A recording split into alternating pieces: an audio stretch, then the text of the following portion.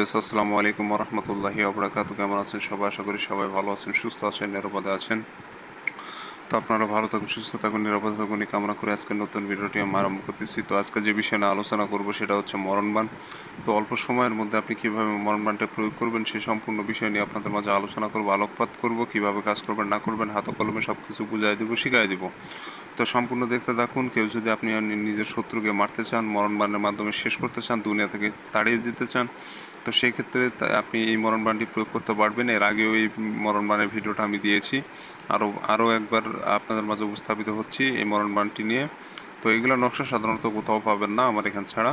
তো আমি সব কার্যকরী নকশা দিয়ে থাকি, আপনারা সবাই জানেন। তো অনেক ভাই ও বন্ধুরা আছেন যারা বলেন যে শত্রু জ্বালা অতিষ্ঠ হয়ে গেছে, শত্রু জ্বালা বাঁচতে পারছি না, তাদেরকে মারতে হবে। এর একটা সহজ একটা মরণবাণের তদবির দিয়ে দেন আমাদের। তো সেসব ভাই ও বন্ধুদের জন্য আজকের এই ভিডিওটি। তো খুব সহজেই নকশার মাধ্যমে কাজ করে আপনি আপনার শত্রুকে শেষ করে দিতে পারবেন। তো কীভাবে করবেন সব কিছু বুঝাই দিব। তো অনেক সময় দেখা যায় কি, বাড়ির আশেপাশের অনেক মানুষ শত্রুতা সৃষ্টি করে থাকে। ভাই ভ্রাগার থেকে শুরু করে বিভিন্ন আত্মীয় স্বজন হতে পারে, পাড়া প্রতিবেশী যে কেউ হতে পারে। এমন শত্রুতা এমন পর্যায়ে চলে যায় যে সে বেঁচে থাকলে আপনার বেঁচে থাকা কঠিন হয়ে যাচ্ছে। দেওয়ালে পিঠ থেকে গেছে, তাকে না মারলে আপনি বাঁচতে পারছেন না। ঠিক এমন অবস্থায় আপনি এই মরণবাণটি প্রয়োগ করতে পারেন।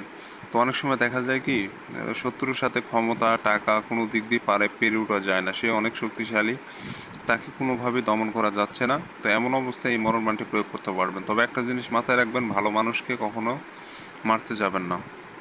ভালো মানুষের উপর যখন প্রয়োগ করবেন তখন কিন্তু নকশা কাজ করবে না।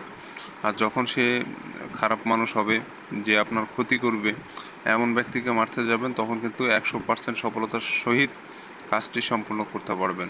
এটা গ্যারান্টি আমি তান্ত্রিক আপনাকে দিলাম, আমি একজন সিদ্ধ তান্ত্রিক। তো অবশ্যই যারা শত্রু তাদেরকেই প্রয়োগ করবেন।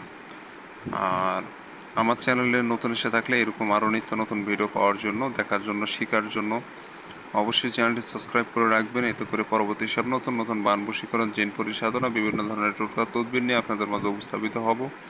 এগুলো জানতেও শিখতে চাইলে অবশ্যই চ্যানেলটি সাবস্ক্রাইব করে রাখবেন।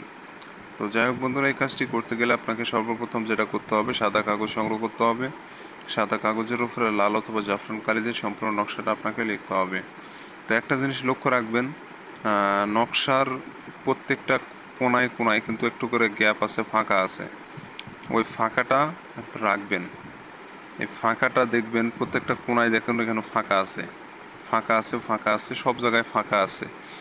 এইভাবে আপনাকে ফাঁকা রেখে আপনাকে নকশাটা অঙ্কন করতে হবে। যেভাবে আছে ঠিক এইভাবেই দিতে হবে, কোনো রকম পরিবর্তন আনার চেষ্টা করবেন না, পরিবর্তন করা যাবে না। তো যেভাবে আছে ওইভাবে লাল কলম দিয়ে, লাল কালির কলম দিয়ে আপনাকে সম্পূর্ণ নকশাটা লিখতে হবে। যখন নকশা লিখবেন, যে কোনো দিনই হতে পারে, তবে রাতে অঙ্কন করবেন, আশেপাশে যেন কেউ না থাকে, নিরিবিলি জায়গা বসে এক ধ্যানে সম্পূর্ণ নকশা কমপ্লিট করবেন। নকশা লেখা অবস্থায় কারোর সাথে কথা বলবেন না। তো নকশা লেখার পর মাঝখানে দেখুন অমুকের কন্যা অমুক।